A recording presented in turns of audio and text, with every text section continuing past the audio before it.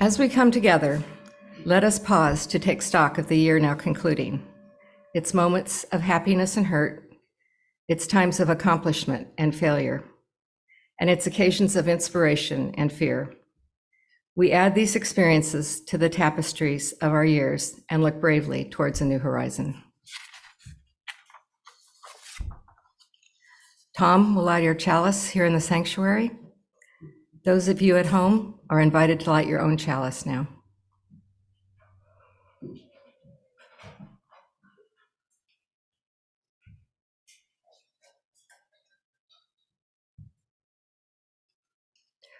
What if sometimes it's not about a light in the darkness?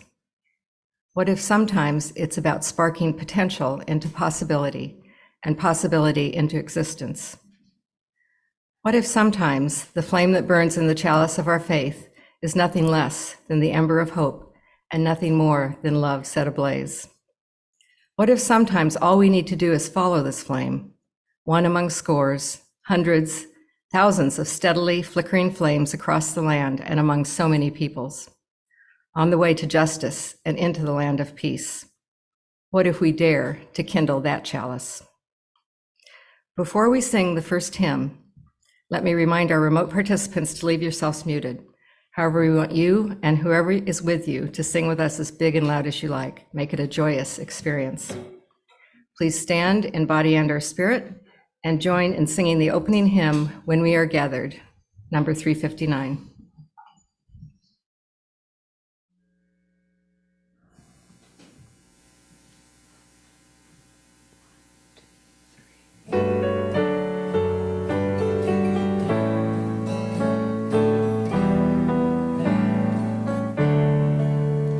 When we are gathered for a time of worship and of song, let none forget the joys and griefs that mark each path of life, and thus we reach for those who love.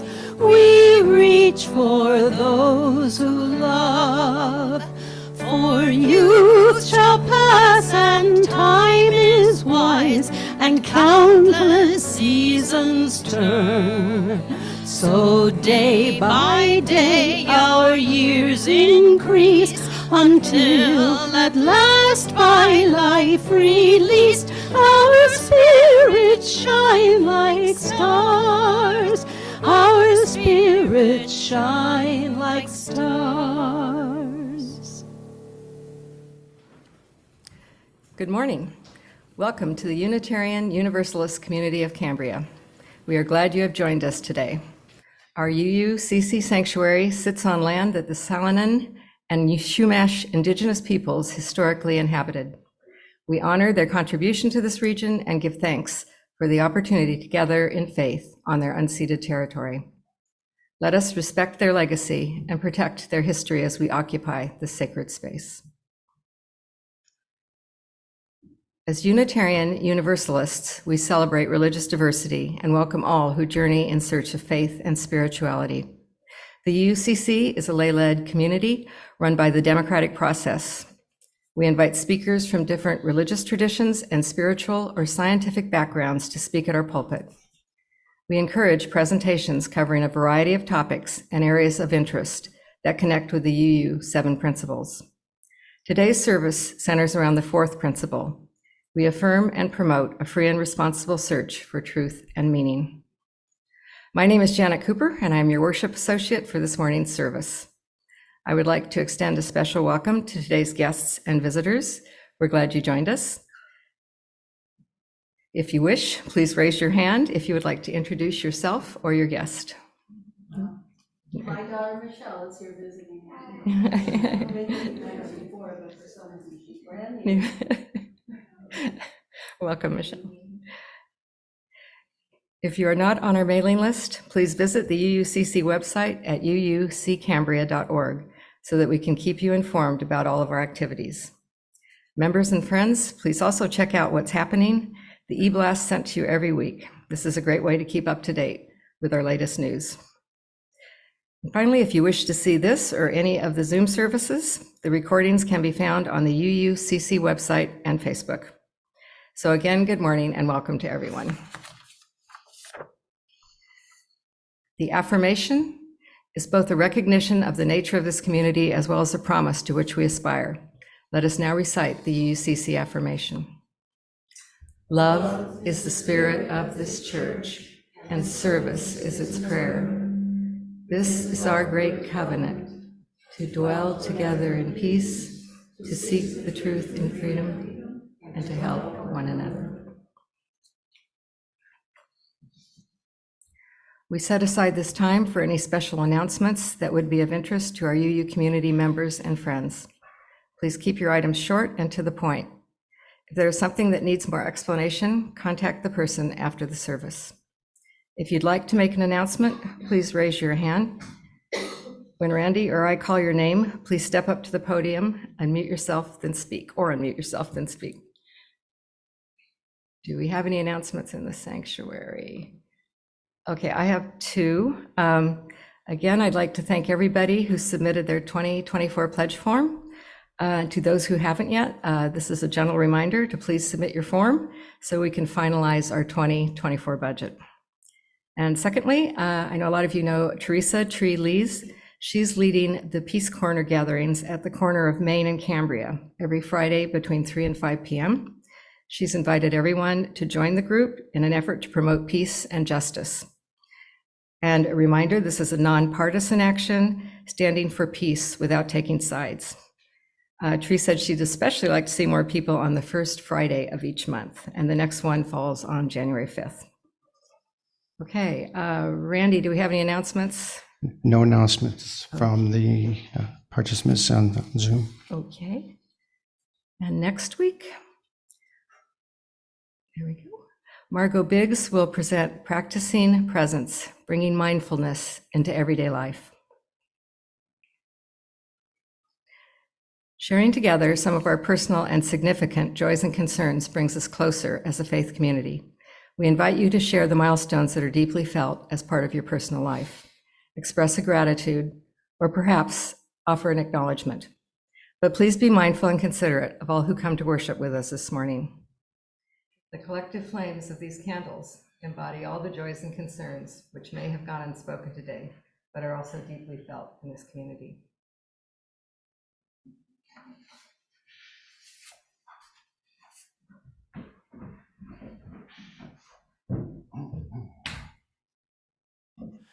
The first reading is an excerpt from a blog entitled A Scientific Examination of the Phrase Happy New Year, published in The Guardian by Dean Burnett 10 years ago to this day. Happy New Year is the de facto greeting farewell for the day or so on either side of midnight of December 31st, almost replacing both hello and goodbye for this brief period. But it is nonsensical, illogical, and misleading. You may ask, well, how can 3 simple words contain so much wrong? Well, let's look at the analysis. The initial problem is when it is used before the end of the year. At this point, the new year hasn't even started. So regardless of it being happy or not, the statement New Year is wrong. The one-way nature of time in our universe is such that the occurrence of a new year is inevitable. So to state that a new year will occur is undeniable, but the phrase implies that the new year has occurred, which is palpably wrong if said while the old year is still not over. If it's stated after midnight, then the phrase new year is an accurate one. And if that were the entirety of the phrase, there'd be no issue.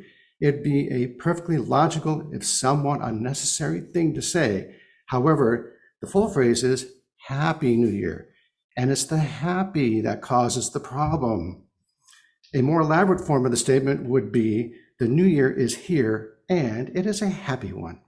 Granted, it is normally shouted a few seconds after midnight in a party context and atmosphere where people are invariably happy, or at least intoxicated enough to believe they are. But the first 10 seconds of the year aren't nearly a large enough sample size to make any generalization as to the overall mood of the rest of the year. This would be like deciding the winner of a marathon based on who is the closest to the starting line when it begins. A year is 31,557,600 seconds long. So based on the initial 10 seconds, you have decided that the remaining 31,557,590 seconds will be happy. The odds of this being correct are staggeringly unlikely. You need a much bigger sample of the year to make any reasonable assessment of the overall mood of the year. And this can only be confirmed, in a sense, after over 50% of the year has been assessed. This way, if over 50% of the year has been happy, then it could be argued that the majority of the year has been happy. Of course, the earliest point this can be done is just after the end of June, in the unlikely event that the whole first half of the year has been consistently happy. Of course, by this point, the year is half over, so it can't really be referred to as new with any conviction or accuracy. Of course, for this whole article to make sense, you have to assume that Happy New Year means it is currently a new year and it is happy, and not I hope you have a happy new year, which of course isn't the case.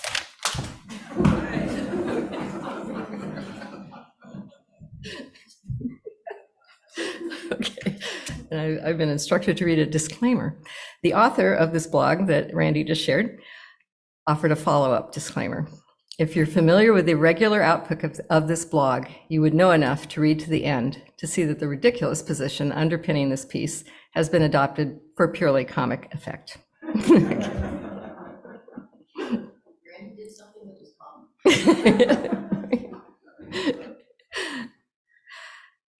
Let us enter a place of peace and serenity where you are one with your spiritual being. Be at peace within your space where the absence of all that is temporal is its most cherished gift. Let us enter the stillness.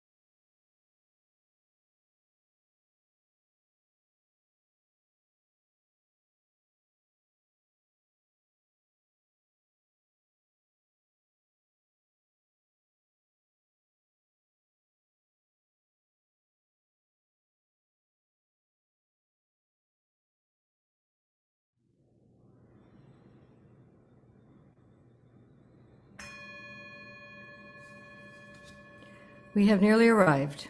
We are almost there in this new year. We will cross the boundary of time into the next year with all its resolutions and plans and schedules ahead of us. Let us pause for just this moment before we boldly move onward. Let us pause to hear the breathing of those around us, to feel their presence in this room, to know their presence in our lives. Let us pause to feel the spirit of life and love that ties us to each other, that winds its way through our very bones and settles in our hearts. Before we move forward, armed with resolutions that will shortly be forgotten in the day-to-day of living, let us notice what it is that remains every year, every day, what exists beyond schedules and months, beyond time. It welcomes us to life, not just at the start of the year, but every day. And let us answer, Amen.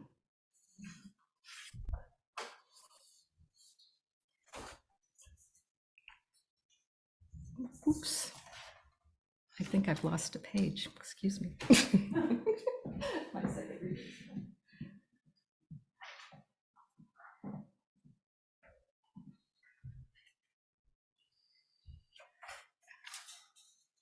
Where? Here we go. Uh-oh. Randy, I don't have the second reading. Oh, shoot. Randy? Sorry.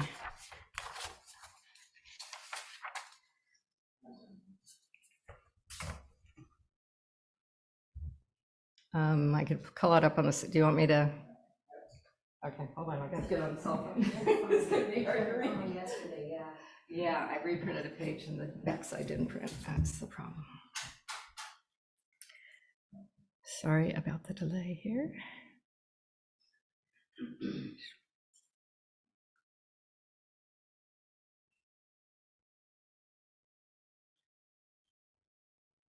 Here we go.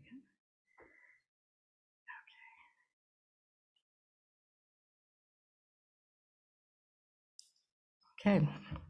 The second reading is an array of quotes about the power of community. In every community, there is work to be done. In every nation, there are wounds to heal. In every heart, there is the power to do it. Marianne Williamson. The greatness of a community is most accurately measured by the compassionate actions of its members. Coretta Scott King. If you want to go quickly, go alone. If you want to go far, go together. African proverb. One of the marvelous things about community is that it enables us to welcome and help people in a way we couldn't as individuals.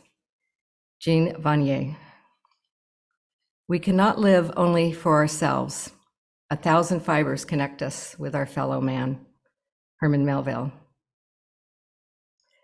There is no power for change greater than a community discovering what it cares about. Margaret Wheatley.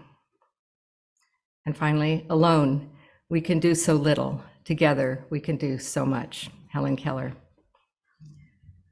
Please stand in body and or spirit and sing with heart and mind hymn number 300.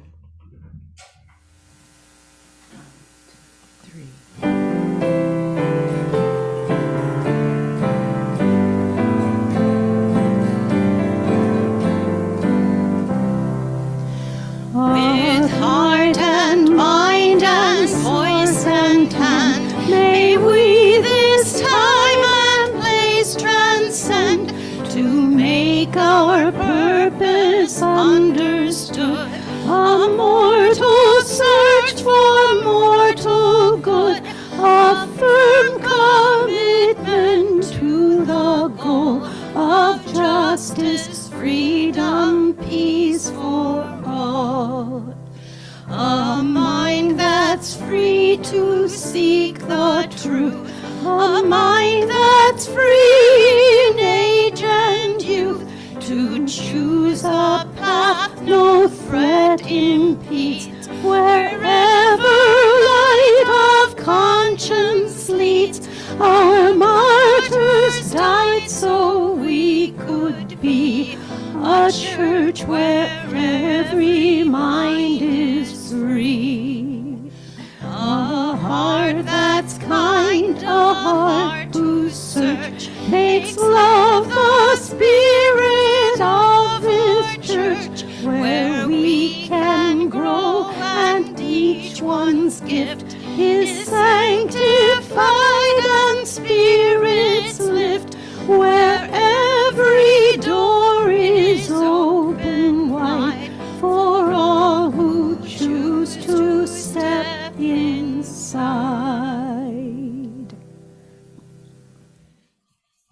Today's talk is titled 2023, the UUCC Year That Was, to be delivered by Randy Schwalbe. Randy has become a fixture around here. That's an understatement. Serving as the secretary on the UUCC Board of Trustees, the chairman of the worship committee, generates the baseline worship associate scripts, and assembles the service slides you see up here every Sunday morning. And he has teamed up with Andy to establish and run all the Zoom era audio-visual technology. Oh my gosh. There it is. Wow. Randy has written and directed The Follies Show as part of the Pine Dorado Days event since 2018 and is now a member of the Lions Club of Cambria. Ever since he retired from Boeing Satellites in 2012, Randy has engaged in tennis and annual week-long backpacking ventures around the country with the ITCH organization. Itch. You know, the intrepid group of Cambria hikers. Itch is actually appropriate when we have to walk through a mosquito swarm. That would be Mary Sue and yours truly. Randy.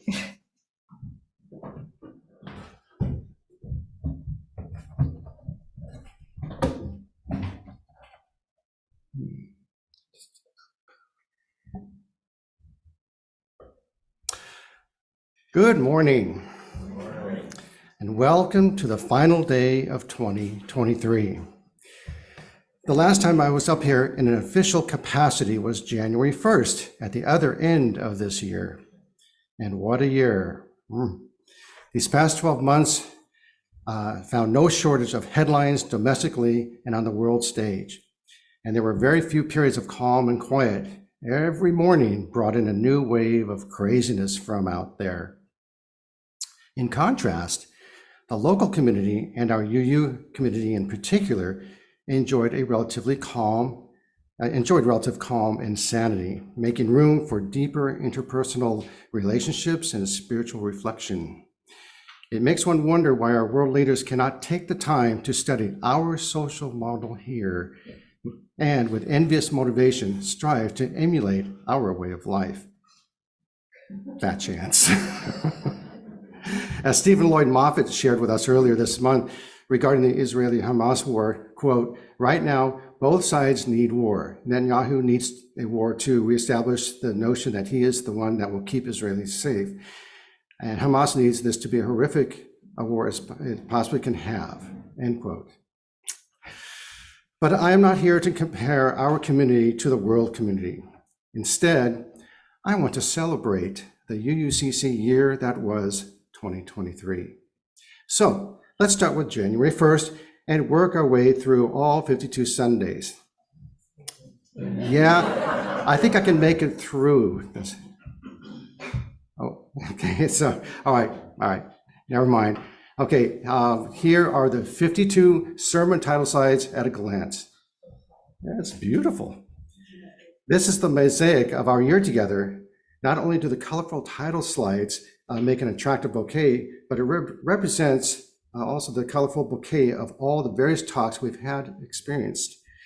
So let's look at the bigger picture of the past 12 months we have spent together. I researched all the sermons and activities that took place during the past 52 weeks. Yes, today is the 53rd Sunday of 2023, in case you're not keeping track. I found the 52 talks can be affinitized into 11 general themes: beloved community, community outreach, democratic process, environmental justice, faith, interpersonal relationship, lifestyle, religious education, self-awareness, social justice, and spiritual journey. So, which of these themes do you think was the most visited? Any guesses, anybody?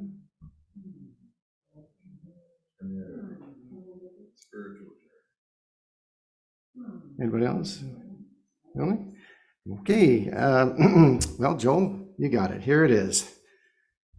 Spiritual journey. Yeah, the spiritual journey led the way with interpersonal relationships at a very close second. Surprisingly, environmental justice, right here. Wow. Was a bit short-shifted this year. Interestingly, while spiritual scored the most at the other end of the spectrum is faith. Okay. It seems with good reason that this community loves to be encouraged to follow our own spiritual paths, but not so much subscribing to the rules for how to follow a path. We are so UU. So let's look at some of the highlights of these themes. We heard Jessica's fascinating talk on Reiki as her spiritual path, and Shauna Bluestar showing us how to tap into your spiritual overflow. And do you remember John Loring sharing with us his deeply moving talk, connecting the human spirit with nature? And Dr. Joe Morrow, bridging the gap between trauma and spirituality. Very powerful messages indeed. This year, we were blessed, or whatever term works for you, to have 3 elite musical artists grace our pulpit. Jasnam Singh, a professional jazz pianist and composer of the Unity Project, spoke right here in person about one's spiritual life being demonstrated with actions rather than only words from a Sikh perspective. 4 Shillings Short, a Celtic duo, started this year on day 1, speaking about temporal thresholds, the momentary place of transition. And Bryn Albanese graced us with her amazing violin virtuosity and illuminated the vibrations of music and their effect on those in hospice. As it has been for the past several years, we have enjoyed the wisdom of elite speakers such as Michael Esselin, a TED Talk participant who taught us how to face the music and dance. Catherine Reinheid, author of Pay It Forward, expressed her view of kindness versus niceness. And of course, the professor of religious studies at SLO Cal Poly, Dr. Stephen Lloyd Moffitt, speaks to us from this pulpit twice a year. His delightfully engaging style of speaking brings his perspectives to life in a unique style, even during his last visit when he shared with us the origins of the Israeli-Hamas war. Gremlin attack.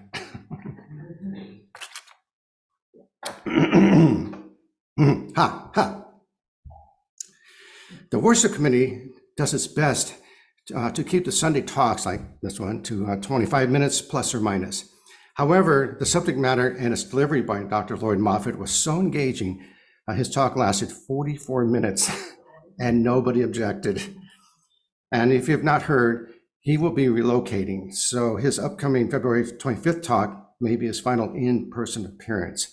But he loves talking with us, so thanks to the miracles of technology, he will join us via Zoom in the future if he's not in the area. Okay.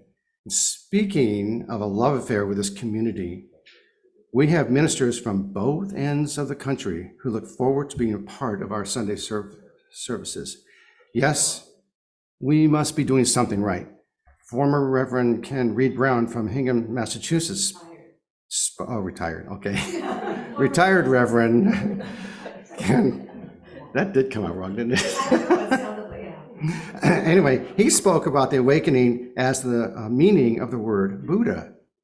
And Reverend Kirihara, a Buddhist minister from Maui, spoke about compassion, also from a Buddhist perspective. I heard secondhand that a visitor on Zoom wondered out loud about how it was possible that this little old community can schedule such high caliber speakers week after week, year after year. I think it's more than just dumb luck. As it has been exclaimed on many occasions, the advantage of maintaining a Zoom presence during our services not only includes participants who are unable or choose not to attend in person, but hearing individuals from anywhere in the world, time zone permitting. At 7 p.m. from Aarhus, Denmark, Helena Hansen delivered a talk about a musical work she sang in that was performed in Arkansas about the plight of Matthew Shepard. On the topic of religious education, Dr. Lloyd Moffitt entertained us with his fascination of modern-day cults. Marianne Anderson gave us another perspective about the other you, universalism. And while on the subject, Judy Butler at our last worship committee meeting suggested we spend more time exploring the roots of Unitarian Universalism during the course of next year. A worthy endeavor. So if you're interested, just send me an email and we'll make that happen. Okay. But not all sermons had a preponderance of weighty overtones. Ruth Wilson introduced us to her friend Louis, a puppet. And new on the Cambria scene, Laurie Gardner told us how to be happy when life is crappy. And Sue Davis gave us an awe-inspired talk about finding awe in your life. Yeah. And as I had mentioned before, environmental justice was not on the schedule as frequently as in other years. But when it was, the coverage was in excellent hands. Early in the year, PJ Webb did a deep dive in ocean conservation, and later in the year, Wayne Atto shared the story of our local forests. Sue and Diane each led a congregational circle, the UUCC mission and becoming a beloved community, respectively. This circle format gives members and guests a chance to express their views and feelings on a chosen subject. This is another effective means to strengthen our community, and it works. And a shout out to Andy, who's not with us today, with his gifted speaking voice and demeanor as he engaged in a relatively new format of interviewing that Sunday's speaker. He interviewed Don Howell about democracy in Cambria, and Anita Hupsher, thank you, Anita, about her Hawaiian philosophy called Ho'oponopono. And of course, let's not forget our Summer Sermons by Other People series that is held each Sunday during the month of August. This is a time when we get to hear various perspectives of those who have published and posted their talks as read by many of you. This year's array of Other People's sermons was remarkable in its breadth and profundity. The Paradoxical Commandments, Love Them Anyway by Reverend Robin Lenderman Zucker, Standing at the Precipice by Don Cooley, The True Believer by Reverend Marilyn Sewell, and Standing on Holy Ground by Reverend Suzelle Lynch. Wow.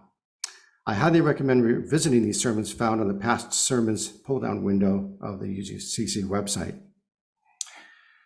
And one of my favorite sermons of the year, and of most years, is the one in which we get to hear from several future leaders, the scholarship recipients who speak during the Scholarship Sunday service in early June.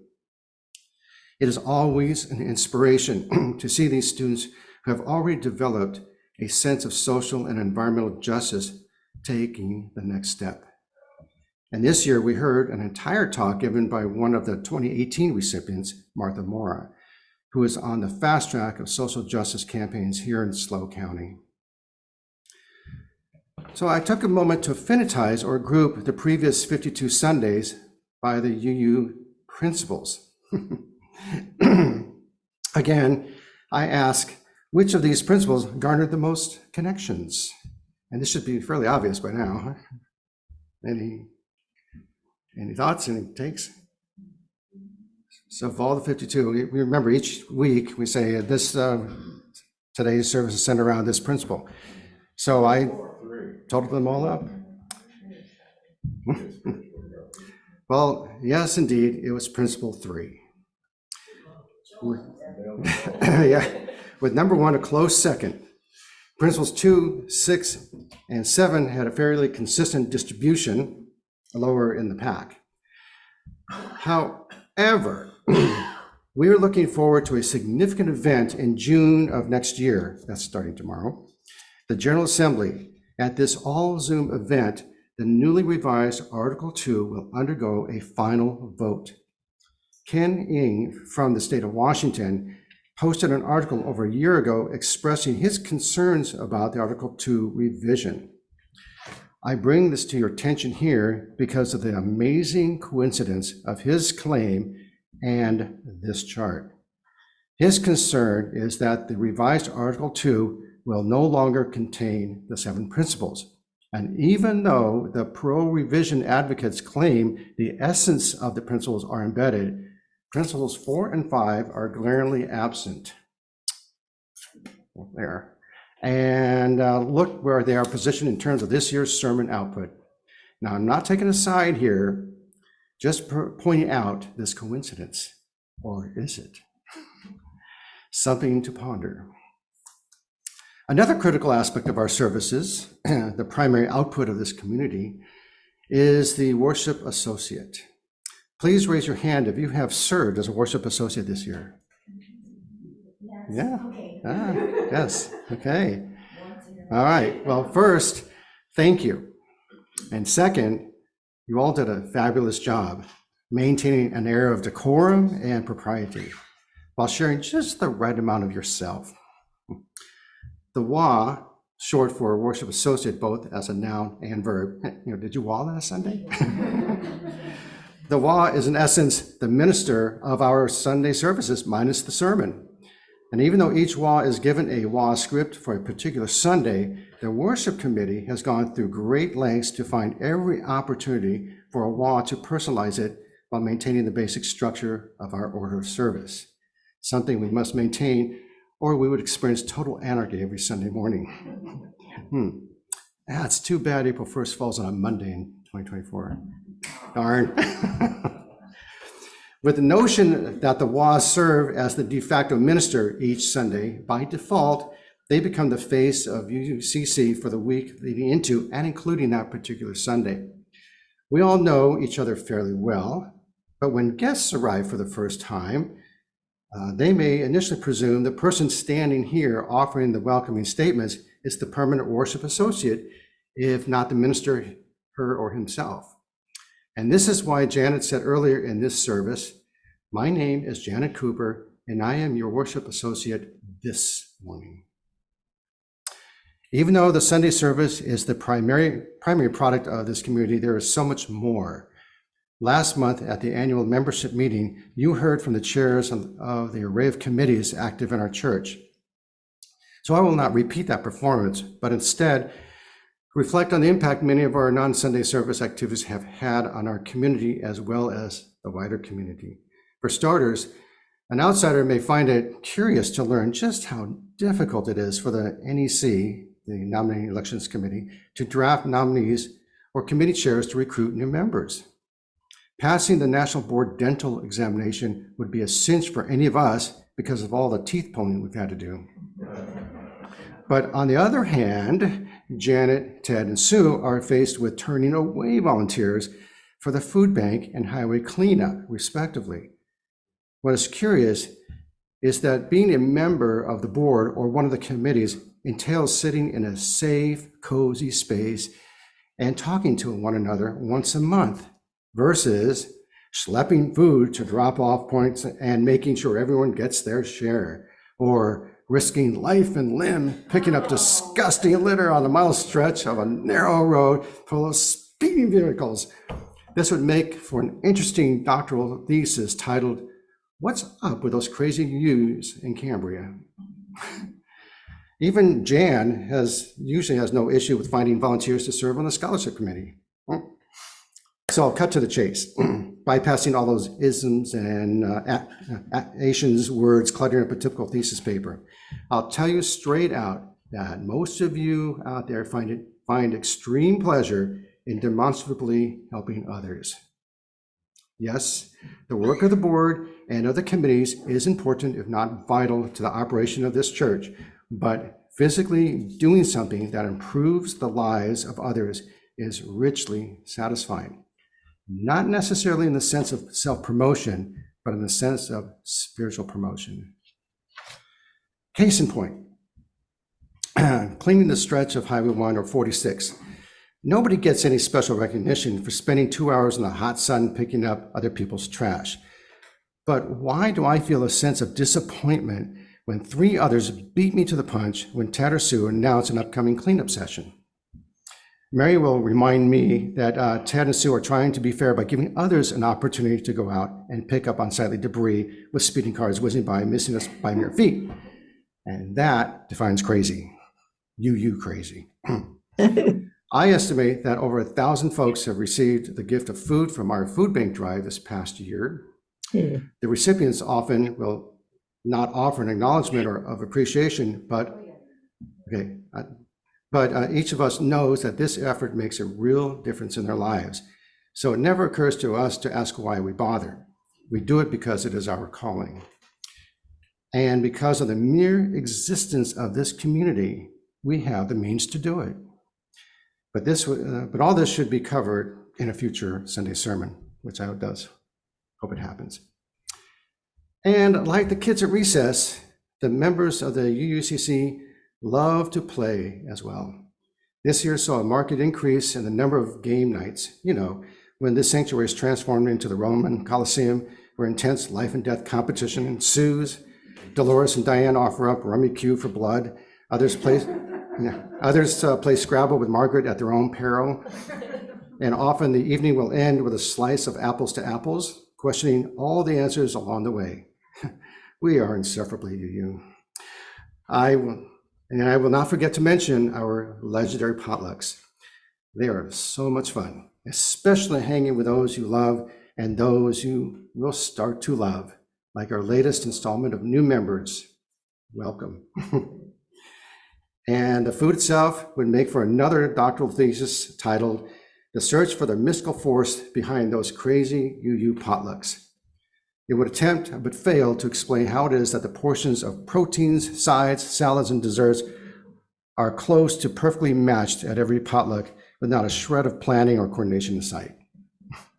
But the most amazing aspect of our potlucks, meetings, activities, and the Sunday services is the feeling we have when arriving or greeting those arriving as though we have not seen them in years. It's like coming home for the holidays.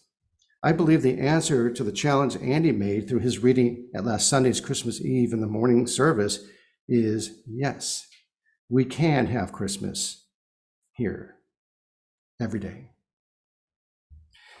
As the last hours of today, this month, and this year slip away, I am not feeling that good riddance of a horrible year sentiment, writing down all my icky personal stuff of the past year onto Post-it notes and then tossing them into a ceremonial fire in someone's grill. Wow. Quite the contrary. Remember that amazing reading you heard earlier today, analyzing the phrase Happy New Year? Well, 2023 did turn out to be happy, after all, here in this community. And come to think of it, it's becoming commonplace. And now you may challenge my gleeful reverie with whatabouts regarding all the dreadful things we've seen and heard from our news outlets. There's no doubt a tremendous amount of turmoil and strife exists out there. Unfortunately, 2023 will not bode well in the annals of history. And according to some reports I've heard, 2024 is shaping up to be even worse. Do you remember the tech bubble that burst in 2000 or the housing bubble blowing up in 2008? Well, the doomsday report I heard was a big all-encompassing bubble will burst next year, landing us right smack in the middle of a depression. Now, I'm not standing here saying this will happen, but 2024 will be anything but a smooth ride. And with that said, is it possible that the happiness we are enjoying within the ranks of our community is a bit self-serving or insensitive, let alone inappropriate or uncompassionate? But consider that the high marks we received for the happiness quotient are organic and the result of the undeniable love permeating throughout the rank and file here. And this is the stuff that makes for a strong community, one that is nurturing and resilient in the face of ongoing stormy weather conditions out there in the world. The truth is, our happiness is none of those horrible adjectives I just mentioned, just the opposite. Can you imagine community outreach, let alone mere survival, if we were a discontented and spiteful crew on a ship in the middle of a tumultuous storm at sea? We would perish, and then what? In a little more than 13 hours from now, we will be saying goodbye to an awesome UUCC year. And for those of you staying up to welcome in the new year at midnight, saying Happy New Year to a loved one near you will actually be true, even though the sample size is a mere 10 seconds. So here's to keeping our momentum of 2023 going into 2024 strong and unwavering. Indeed, making the remaining 31,557,590 seconds happy. I wish for all of us to enjoy a happy new year.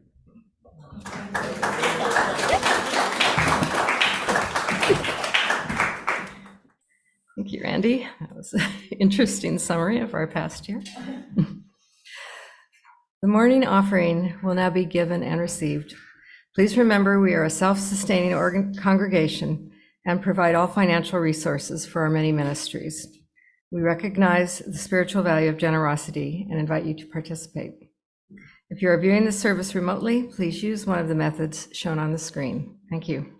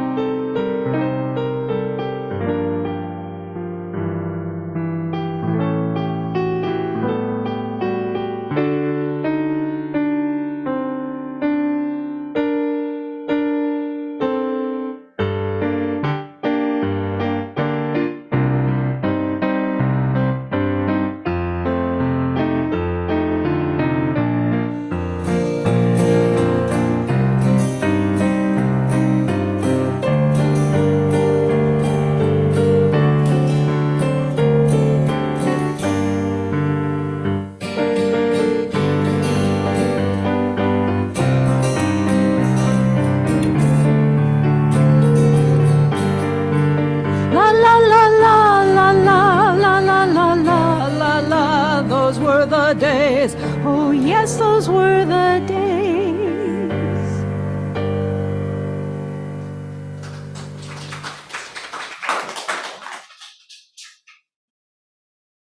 Thanks for all gifts given and received for the work of this community.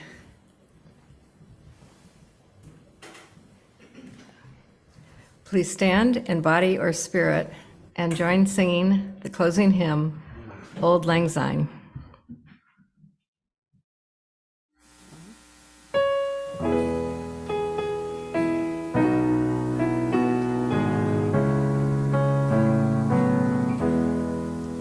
Should old acquaintance be forgot and never brought to mind? Should old acquaintance be forgot and days of old lang syne? For old lang syne, my dear, for old lang syne, we'll take a cup of kindness yet for old lang syne.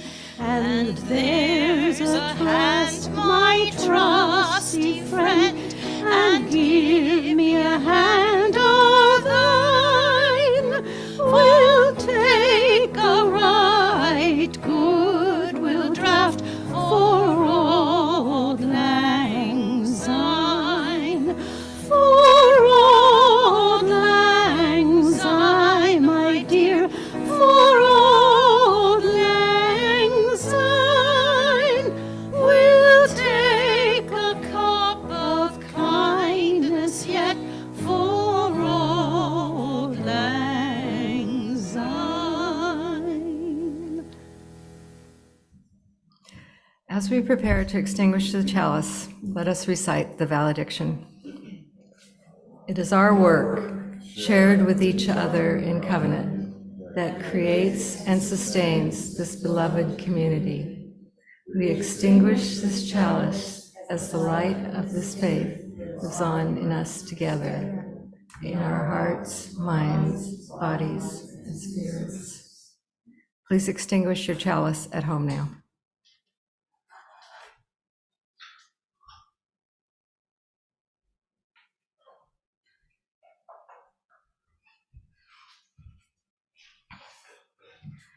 Now let's form a circle and join hands, and Randy will present the closing words.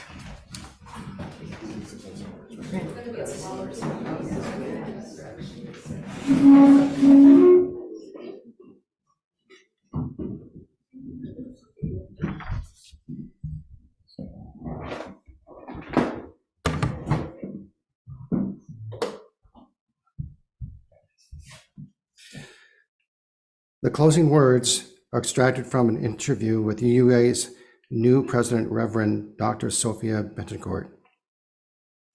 Recently, in a sermon, I asked people what they were willing to do or willing to risk as envoys for love in the world.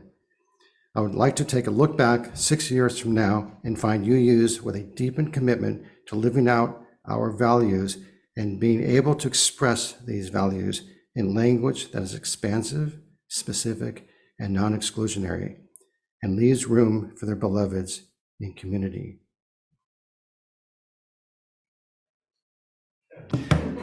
From me, go now into 2024 with joy in your spirit and peace in your hearts.